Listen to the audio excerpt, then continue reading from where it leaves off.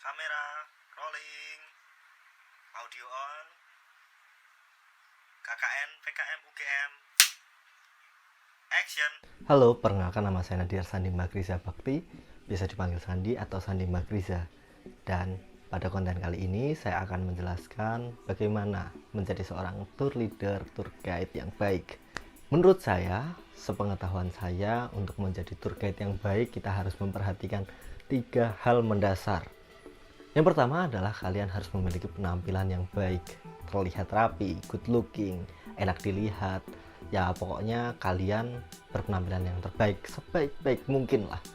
Kenapa? Karena kalian akan menjadi pusat perhatian bagi orang-orang yang kalian pimpin.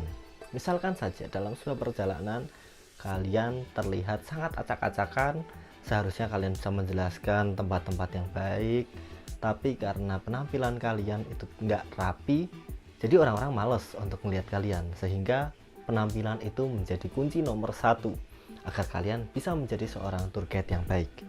Kemudian selanjutnya yang kedua adalah kalian harus memiliki wawasan yang luas mengenai destinasi wisata yang akan kalian tuju. Kenapa? Karena biasanya seorang tour guide menjadi tempat bertanya bagi para pesertanya. Sesederhana mereka akan menanyakan di mana letak toilet, kemudian musolanya di mana, atau oleh-oleh yang khas di tempat itu apa, atau bisa juga jarak tempuhnya. Nah, bagaimana kalau ada pertanyaan seperti ini? Sebenarnya tenang aja sih, karena kita sekarang udah eranya canggih ya. Jadi kita sebelum berangkat pastikan kita sudah cari dulu informasi-informasi yang menarik dari tempat wisata itu. Misalnya, apa sih yang menjadi daya tarik di lokasi A? Berapa sih waktu jarak tempuhnya dari kota ini menuju ke sini? Apa yang menjadi oleh-oleh dari tempat itu? Hal-hal seperti itu sekarang sudah bisa kita dapatkan secara instan di Google. Kemudian yang ketiga, kalian harus bisa mengontrol waktu, menjadi seorang time management dalam perjalanan pariwisata. Nah, di sini fungsinya adalah agar semua agenda yang kita rencanakan dari awal bisa berjalan dengan baik. Jangan sampai kalau kita menjadi seorang tour guide tapi nggak bisa mengontrol waktu, sehingga waktu-waktu yang ada di belakang atau agenda-agenda selanjutnya itu bisa terlambat atau bahkan tidak bisa dilakukan karena keterlambatan waktu kita sebagai seorang tour guide yang kurang baik. Nah, sebenarnya 3 hal itu saja tidak cukup, maka kita harus ditambah juga dengan kemampuan public speaking yang baik agar apa yang kita sampaikan bisa dapat dimengerti, dapat dicerna, dan dipahami tentunya untuk peserta wisata. Nah, sekarang kita masuk ke bagian public speaking. Gimana nih caranya kita bisa menyampaikan hal-hal penting ke orang-orang di publik? Ini sebenarnya ada caranya. Biasanya kalau saya selalu membuat catatan.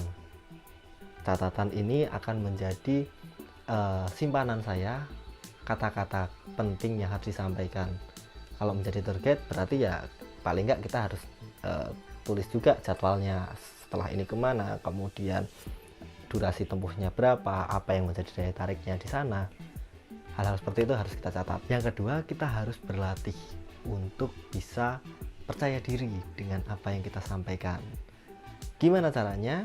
Caranya cukup gampang kok. Kalian cukup aja ngobrol di depan cermin dengan diri kalian masing-masing. Kalau misalnya kalian sebagai tour guide, ya coba aja kalian ngobrol sama cermin seolah-olah itu adalah klien kita atau peserta wisata yang sedang kita ajak untuk piknik. Jelaskan aja, selamat datang, selamat pagi, selamat sore Bapak Ibu sekalian, selamat berlibur atau apa kalian bisa menyampaikan di sana. Dan nanti ya seolah kita menjelaskan, kita nanti akan menuju ke tempat wisata A dengan jarak tempuh 45 menit dari kota B. Nah, seperti itu kita harus banyak latihan sehingga kemampuan kita akan meningkat. Kalian juga bisa menjelaskan di sana nanti, atau lihatlah samping kiri kalian, samping kanan Bapak Ibu sekalian. Ya pokoknya banyak-banyak berlatih aja sih, kuncinya itu di depan cermin biar kemampuan percaya diri kalian bisa meningkat dan cara berbicara kalian bisa tepat. Kemudian yang ketiga adalah kalian harus bisa memastikan siapa yang menjadi lawan bicara.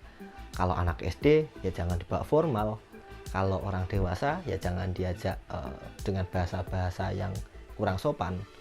Jadi kita harus bisa memilih dan memilah kata yang akan kita gunakan sebagai bahan kita berbicara dengan lawan kita.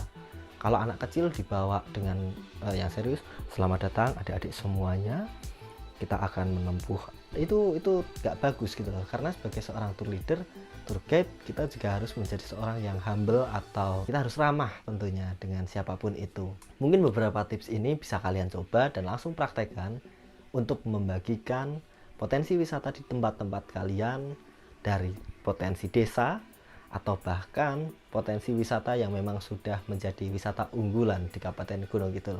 Selamat mencoba, semoga ini bermanfaat untuk kalian, dan stay healthy.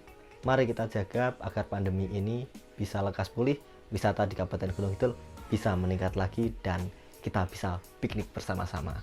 Terima kasih sudah menyaksikan tayangan ini. Apabila ada yang kurang baik, mohon dimaafkan, dan semoga bisa bermanfaat untuk kalian semuanya. Saya Sandi Magrisa, dadah.